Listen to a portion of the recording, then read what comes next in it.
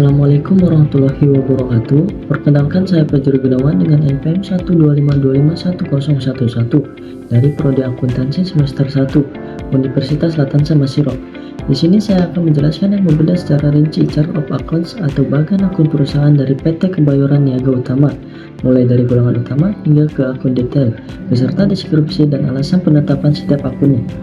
Oke, kita langsung saja mulai ke penjelasan mengenai chart of akun dari PT Kebayoran Niaga Utama.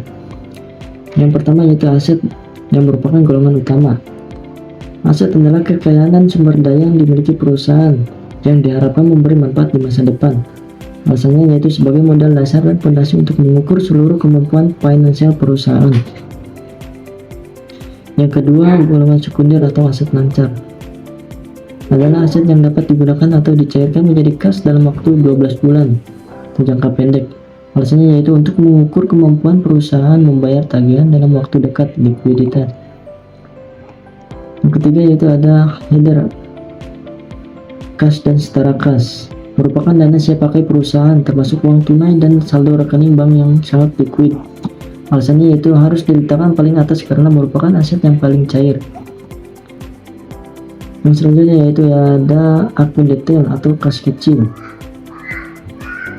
adalah dana tunai yang dialokasikan untuk pengeluaran operasional harian yang kecil.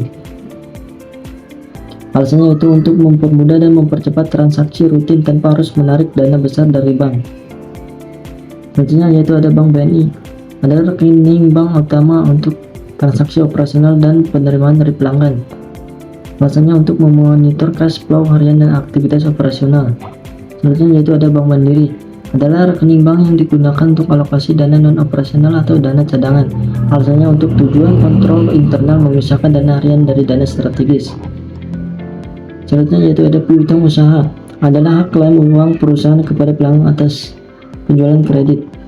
Alasannya adalah mutlak ada karena perusahaan menjual secara kredit untuk mengukur penjualan kredit inti.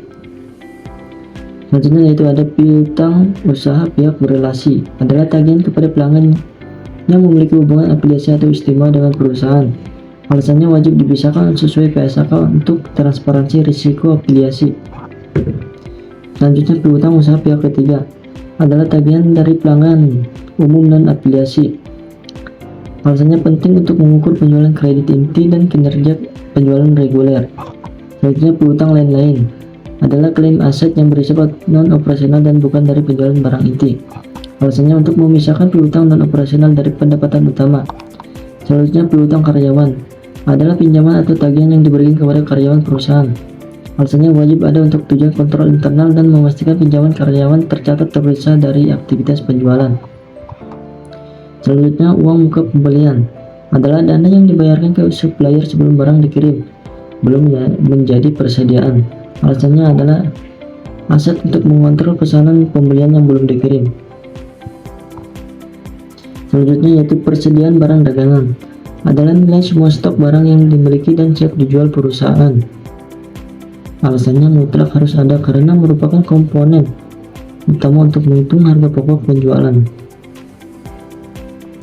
Selanjutnya uang muka pajak, adalah pembayaran pajak yang sudah disetor di awal dan dapat mengurangi total pajak terutang atau pajak dibayar di muka. Alasannya wajib ada untuk mencatat saldo kredit pajak yang berfungsi sebagai aset. Selanjutnya aset lancar lainnya, adalah akun penampung untuk aset yang diharapkan menjadi kas namun tidak termasuk kas piutang atau persediaan. Alasannya berfungsi untuk mengelompokkan aset-aset yang sifatnya prepaid atau advance lainnya. Selanjutnya aset tidak lancar, adalah aset strategis yang dibeli untuk dipakai bertahun-tahun, lebih dari 12 bulan. Alasannya dipisahkan untuk tujuan operasi jangka panjang, bukan likuiditas cepat. Selanjutnya aset tetap, adalah aset fisik operasional yang disajikan bersih setelah dikurangi akumulasi penyusutan. Alasannya untuk menyajikan nilai buku aset operasional utama perusahaan secara wajar. Selanjutnya tanah, aset yang memiliki manfaat tidak terbatas atau tidak disusutkan. Alasannya dicatat terpisah untuk mengetahui nilai aset yang memiliki manfaat tidak terbatas. Selanjutnya ada bangunan dan prasarana, adalah nilai perolehan aset gedung dan fasilitas penunjang yang sifatnya permanen atau disusutkan. Alasannya disatukan untuk memudahkan perhitungan dan pelaporan nilai aset yang memiliki masa manfaat yang sama.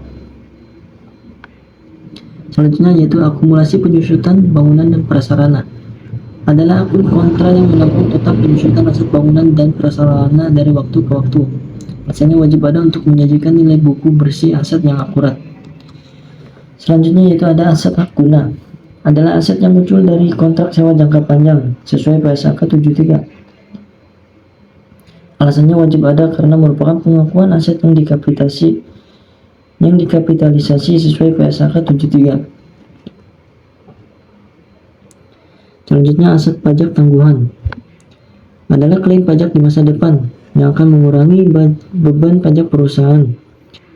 Alasannya wajib disajikan di aset tidak lancar sesuai PSAK 70 untuk memberikan gambaran penuh tentang posisi pajak. Yang kedua, golongan utama yaitu liabilitas. Adalah semua kewajiban yang harus dilunasi perusahaan kepada pihak luar. Alasannya untuk menunjukkan total klaim pihak luar atas aset perusahaan. Selanjutnya, liabilitas jangka pendek. Adalah kewajiban yang harus diselesaikan dalam waktu 12 bulan. Alasan kewajiban yang paling mendesak untuk dimonitor likuiditasnya.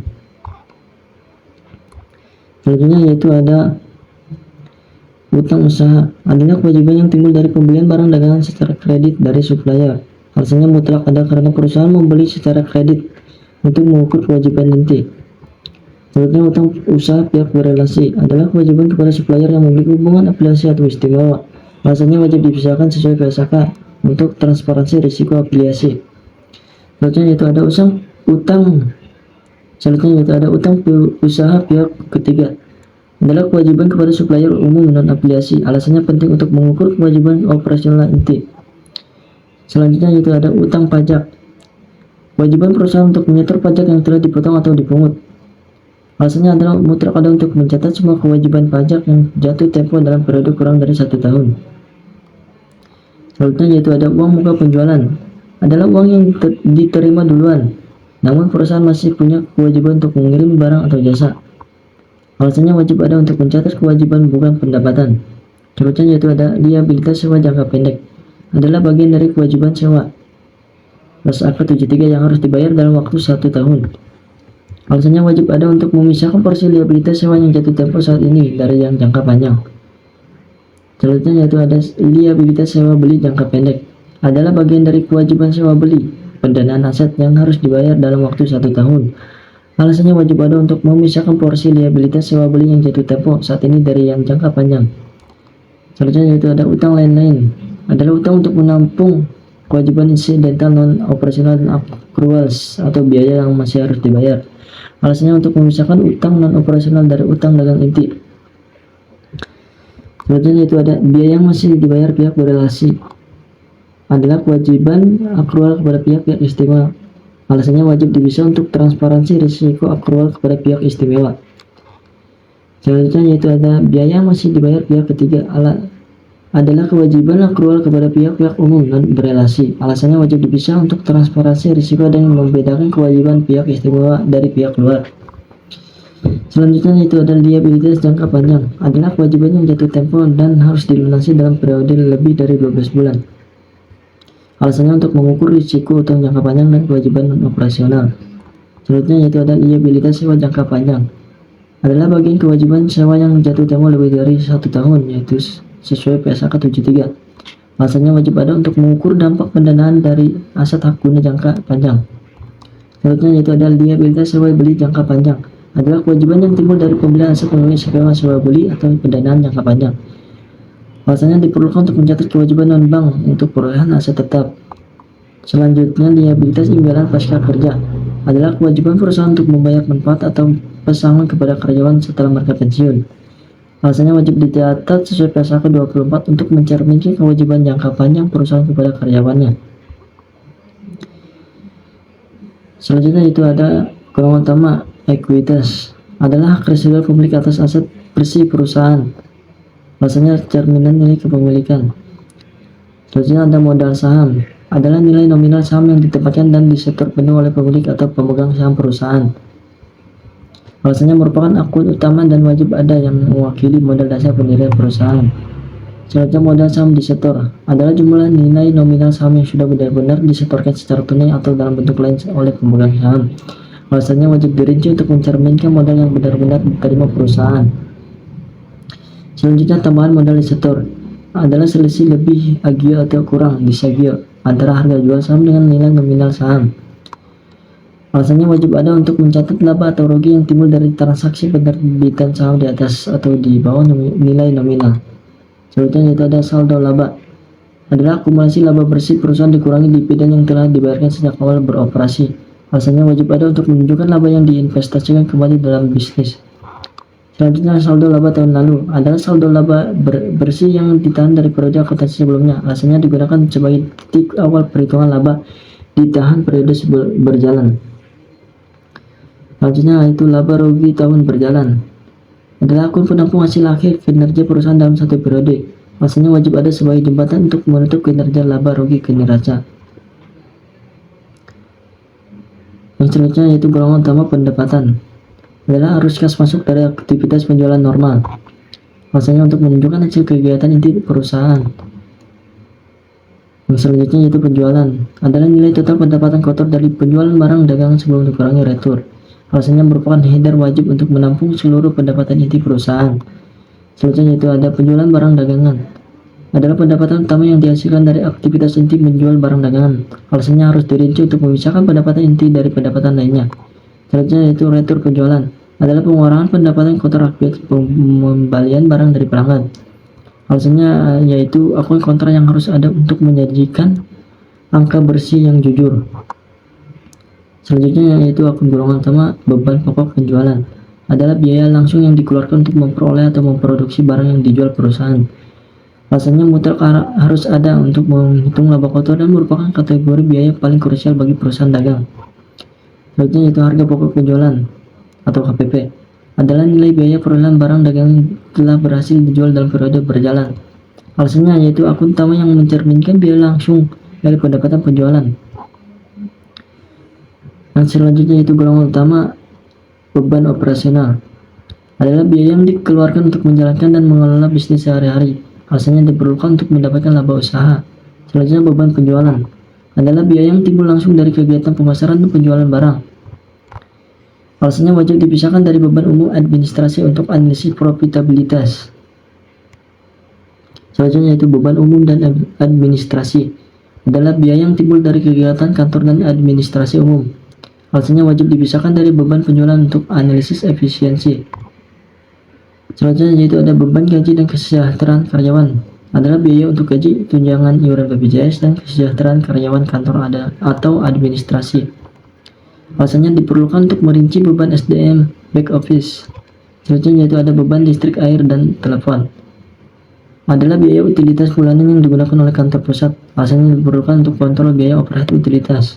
Selanjutnya yaitu ada beban penyusunan aset tetap adalah alokasi biaya perlahan aset tetap, misalnya gedung, peralatan kantor ke periode akuntansi.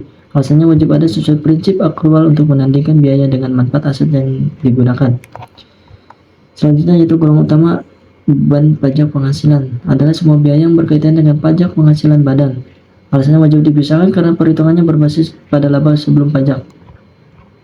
Selanjutnya yaitu beban pajak kini adalah beban PPh badan yang harus dibayarkan terutang pada periode berjalan. Alasannya mencerminkan kewajiban PPh terutang saat ini.